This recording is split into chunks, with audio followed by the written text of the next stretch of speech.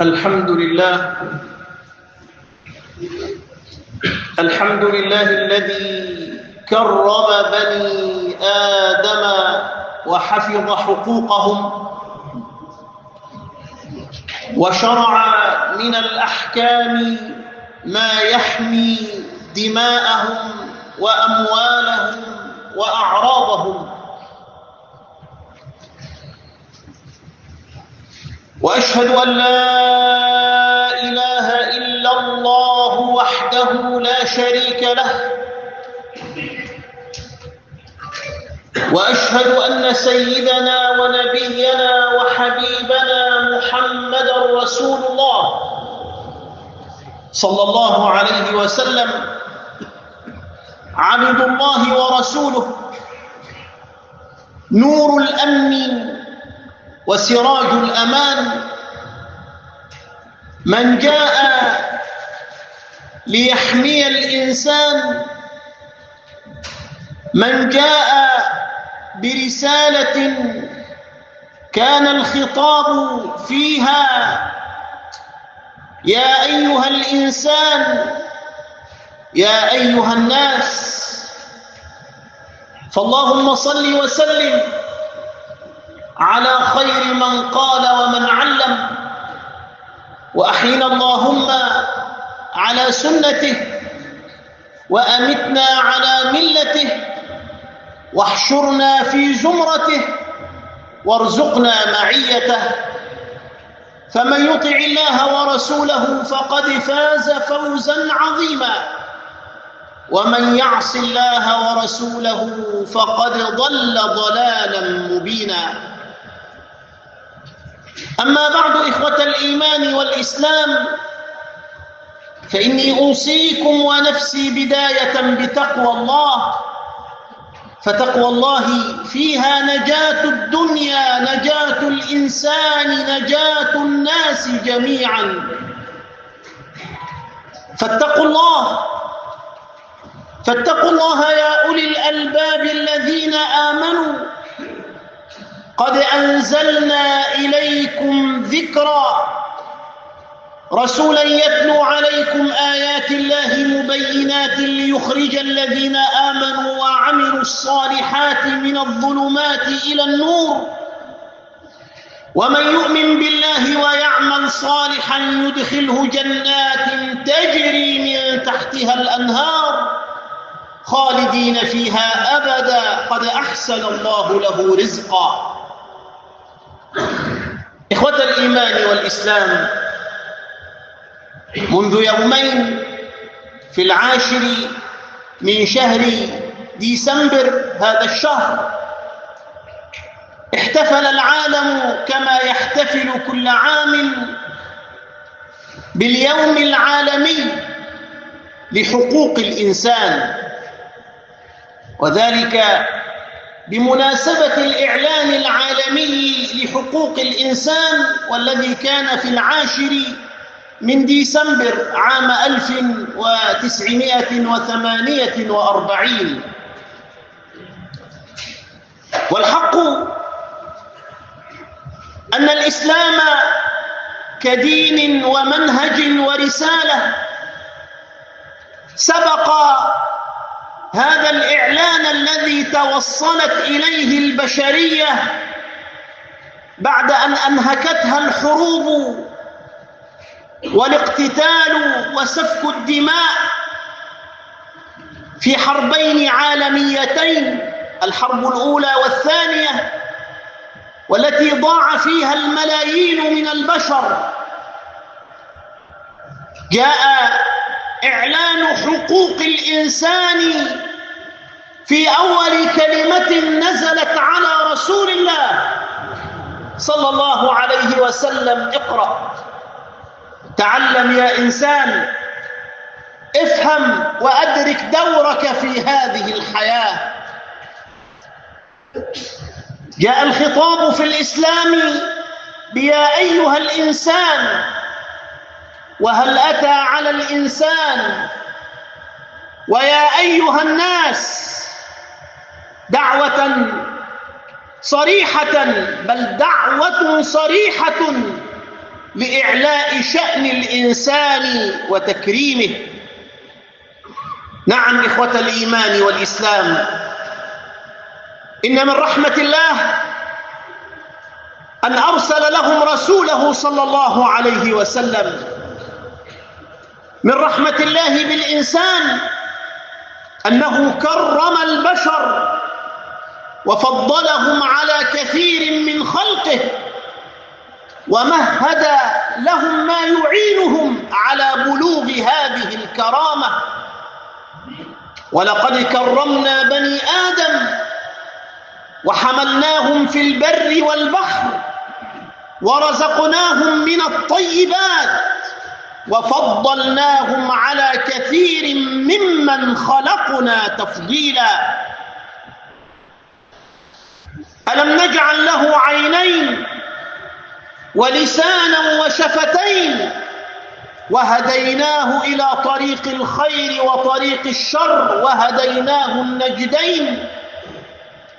يا أيها الإنسان ما غرك بربك الكريم الذي خلقك فسواك فعدلك في أي صورة ما شاء ركبك. نعم، هذا التكريم الرباني الذي كرم الله به الإنسان، كرم به بني آدم، لا يليق معه أن يكون الإنسان مستذلا ذليلا أو مستعبدا أو مستغلا أو مستغلا أو مهانا. إنها كرامة الإنسان التي حفظها الإسلام. فالإنسان في الإسلام لا يتعامل معه إلا بالاحترام والتكريم، لا يتعامل معه كسلعة رخيصة يباع ويشترى أو تنتهك حريته أو قيمته أو يؤكل ماله بغير وجه حق أو يؤكل جهده وعمله بغير وجه حق. وإذا حدث ذلك في بلاد المسلمين فعلى المسلمين أن يراجعوا إيمانهم، لأن ذلك تمزيق صارخ لتكريم الله للإنسان وإهانته، واعتراض على أوامر الخالق المدبر سبحانه وتعالى، بل تجاوز للحدود وهتك للأمن والأمان الذي جاء به الإسلام. تلك حدود الله فلا تعتدوها، ومن يتعد حدود الله فأولئك هم الظالمون. إن الأمن والأمان نعمتان ما أرادهما الله وما أوجدهما إلا ليصبح العالم مجتمع آمن مستقر، ويصبح العالم ساحة محروسة بالاستقرار والطمأنينة. وليس الأمن مجرد غياب الخوف على النفس أو المال أو العرض، بل هو منظومة متكاملة من القيم تنبعث من شريعة الله سبحانه وتعالى، وتمضي عليها تشريعات مؤسسات الدولة والدول الآمنة. ولذا فإن الشريعة والتشريعات تجرم كل ما من شأنه أن يخدش كرامة الإنسان أو أن يخدش حقوقه أو أمن الناس وسعادتهم. فلا يقع الناس في مصائد المفسدين الذين ينتهكون حقوق الناس والعمال ويتاجرون بلحوم البشر. فإذا كان الاتجار بالبشر محرم، فهو محرم في الإسلام قبل كل شيء، فأموال الناس وأعراضهم ودماؤهم حرام كما قال سيد الإسلام صلى الله عليه وسلم. والظلم محرم، حرمه الله على نفسه وحرمه على خلقه وعباده، والقرى تهلك بمثل هذا الظلم، والأمم تزول بمثل هذا الظلم، والعاقبة وخيمة إن أكل الناس بعضهم بعضا أصبح العدو سهلا عليهم أن يأكلهم. نعم إخوة الإيمان، وتلك القرى أهلكناهم لما ظلموا. قال تعالى: وتلك القرى أهلكناهم لما ظلموا وجعلنا لمهلكهم موعدا.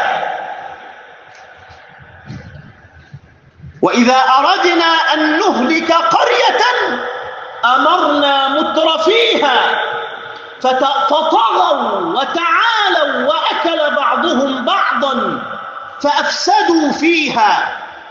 وإذا أردنا أن نهلك قرية أمرنا مترفيها ففسقوا وأفسدوا فيها حتى يأتي أمر الله فيدمرها تدميرا. نعم إخوة الإيمان والإسلام، لا عجب إذن أن استغلال الأشخاص وانتهاك كرامتهم عبر وسائل مختلفة من الخداع والإكراه والحيلة ليس شطارة وليست فهلوة، بل هو تضييع للدين وتضييع لمبادئ جاء بها الرسول النبي الرحيم صلى الله عليه وسلم. نعم، إن التلاعب بالبشر بغرض الربح المادي هو إضرار بالناس وتلاعب بمشاعرهم. نعم، إن الإسلام يؤكد على حماية حقوق الناس وعدم انتهاكها. إن عدم إعطاء الناس حقوقهم هو الاتجار بالبشر بعينه، وليس لهذا الأخير أي الاتجار بالبشر شكل واحد، فصوره متعددة وألوانه مختلفة.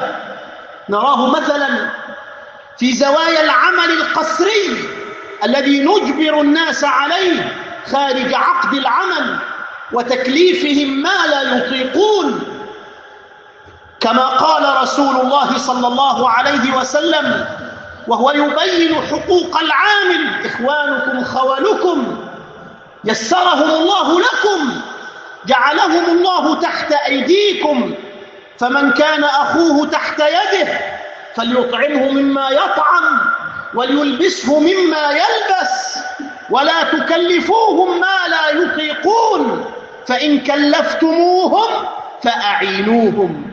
هكذا قال رسول الله صلى الله عليه وسلم وهو يؤسس المجتمع الذي كان فيه الرجل يستعبد الرجل، والذي كان فيه البشر سلعة تباع وتشترى في الأسواق، صلى الله على محمد صلى الله عليه وسلم.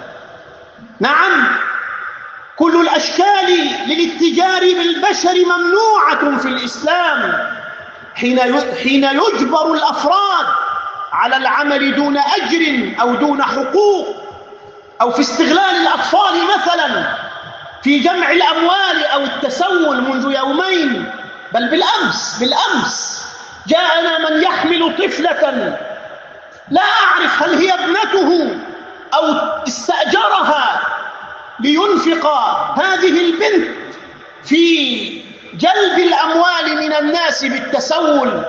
المشكلة في البشر، في الناس، فيكم أنتم عندما ترون هذه الأشكال وتعطونها من المال. ولا حول ولا قوة إلا بالله العلي العظيم. سبحان الله. يأتي واحد، والله كنت منذ 10 أيام في مكة المكرمة لأداء العمرة كما تعلمون، ورأيت من يجلس في الشارع أذرعهم مقطعة وأصابعهم ملتوية وبهم ما بهم من عاهات. فلما تأملت ذلك وجدتها تجارة يقوم بها بعض الناس، يقطعون أيدي الأطفال، ويأخذون عيونهم ويشوهونهم ويحدثون فيهم العاهات ويضعونهم في البلد الحرام ليأخذوا أموال الناس بالباطل. ولا حول ولا قوة إلا بالله العلي العظيم. والناس تأخذهم العاطفة، والناس يخرجون من أموالهم ليعطوهم. امنعوا هذا إخوة الإيمان. إن التسول جريمة لا بد وأن تكون واضحة لحضراتكم. إن التسول جريمة.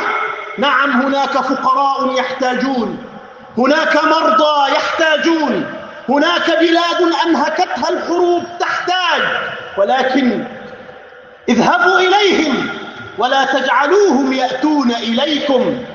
فالفقير أو المحتاج تكفيه اللقمة أو اللقمتين، أما هذا فمحترف يجمع في اليوم آلاف الريالات، وربما يجمع العشرات والمئات ليجمع الآلاف. وفي هذا انتهاك للإنسان وكرامته إخوة الإيمان والإسلام. كما نجد ذلك أيضا في إجبار بعض أولياء الأمور لبناتهم على الزواج لاستغلال أو منع أولياء الأمور بناتهم من الزواج لاستغلال مرتباتهم وأموالهم. وفي هذا انتهاك بحقوق الإنسان إخوة الإيمان. دعا الإسلام إلى مقاومته وإلى إنكاره. نعم، إن الإسلام يكرم الإنسان، طفلا صغيرا كان أو كبيرا، رجلا كان أو امرأة.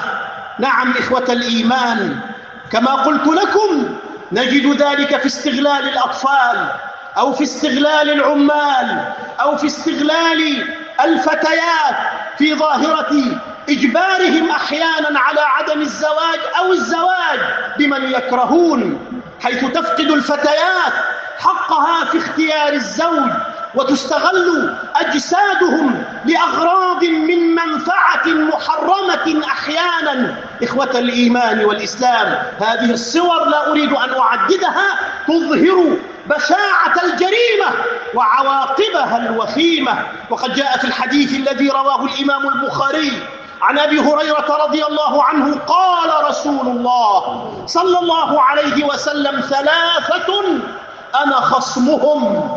وأرجو أن تركزوا في الحديث بعد أن تصلوا على رسول الله.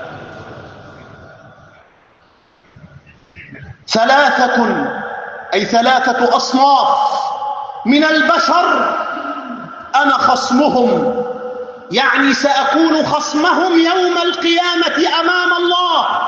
تصور، أرجوك تصور أن تقف في محكمة العدل الإلهية ويكون خصمك رسول الله. هل ستنتصر على رسول الله؟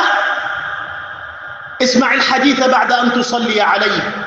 قال رسول الله صلى الله عليه وسلم: 3 أنا خصمهم يوم القيامة: رجل أعطى بي ثم غدر، يعني حلف يمينا أو عاهد عهدا وذكر فيه حق رسول الله ثم غدر بهذا العهد. رجل أعطى بي ثم غدر، ورجل باع حرا فأكل ثمنه. العامل يعمل عندك وفق عقد ومنفعة، فإن أنت استغليت هذا العامل بأن تركته يعمل دون عقد ليعطيك كل شهر مبلغ من المال، فأنت هكذا بعت الحر بالمال. والثالث أجير، رجل استأجر أجيرا فاستوفى منه العمل ولم يعطه حقه. تحضر العامل فلا تعطيه حقه.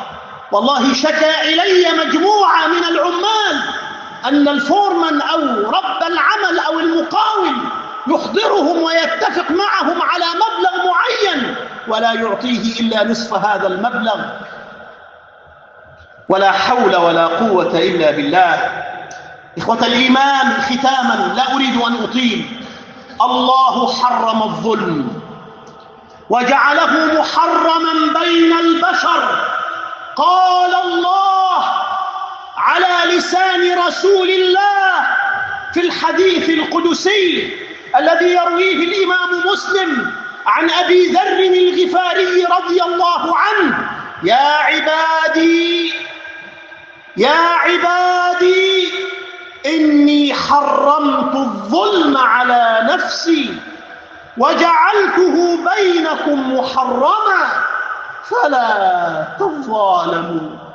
فلا يظلم بعضكم بعضا إخوة الإيمان، لأن الظلم ظلمات يوم القيامة، والظلم عاقبته وخيمة. نسأل الله أن يعافينا وإياكم من الظلم، وأن يجعلنا ممن يقيم الحق ويرد الحقوق للناس. فاتقوا الله يا عباد الله، وحرموا الظلم بينكم، ونشئوا أنفسكم وأولادكم على احترام الناس. اجعلوا من أولادكم يحترمون العمال والشغالات في البيوت، إنهم يقدمون لكم خدمة، إنهم يطبخون لكم طعامكم، فاتقوا الله فيهم. ابذلوا الحقوق، فإن في ذلك مرضاه لله سبحانه وتعالى. وما كان لمؤمن ولا مؤمنة إذا قضى الله ورسوله أمرا أن يكون لهم الخيرة من أمرهم، ومن يعص الله ورسوله فقد ضل ضلالا مبينا. أقول قولي هذا وأستغفر الله العظيم لي ولكم. ادعوا الله يستجب لكم.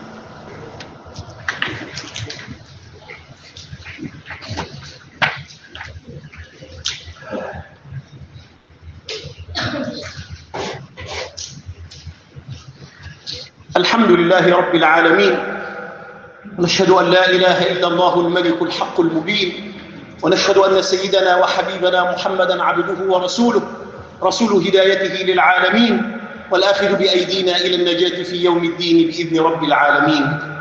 أما بعد، إخوة الإيمان والإسلام، إن ظلم الناس وعدم إعطائهم حقوقهم وسلب حقوقهم تدمير للمجتمع.